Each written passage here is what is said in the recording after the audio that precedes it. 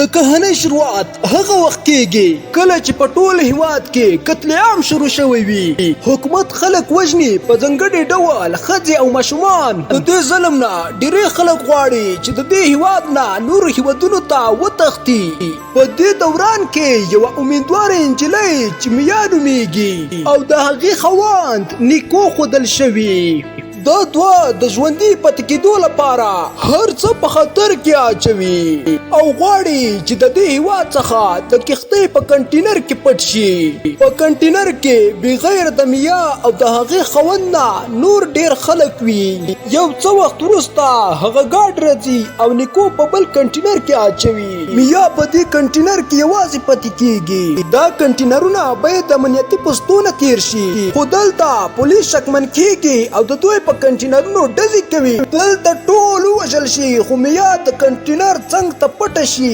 اوس یوازې میا په دې کنټینر کې پاتې کېږي.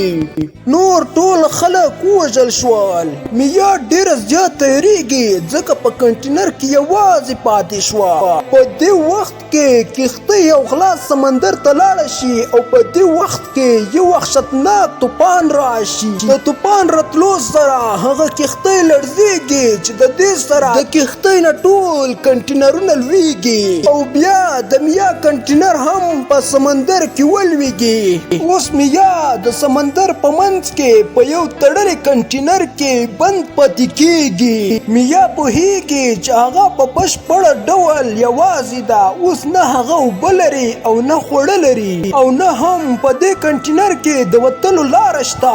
دننه په کنټینر کې د کنټینر د کوچنیو سوریو له امله د کنټینر ټول د اوبو نه ډک شي. یا هغه دننه د کنټینر اوبه د پایپ په ذریعه د باندې ویستل شروع کړي. څو ورځې وروسته په کنټینر کې یوه کوچنۍ ماشومه زیږېدلې ده. اوس باید میا د دې ماشومې ساتنه وکړي. میا د کنټینر هغه پاسنۍ برخه د یو ماشین په ذریعه کټ کړي او د 5 ورځو نه وروسته د کنټینر هغه برخه پرې کړي او د کنټینر نه راووځي. نیا په سمندر کې څو ماهیان راونیسي او هغه اومه وخوري.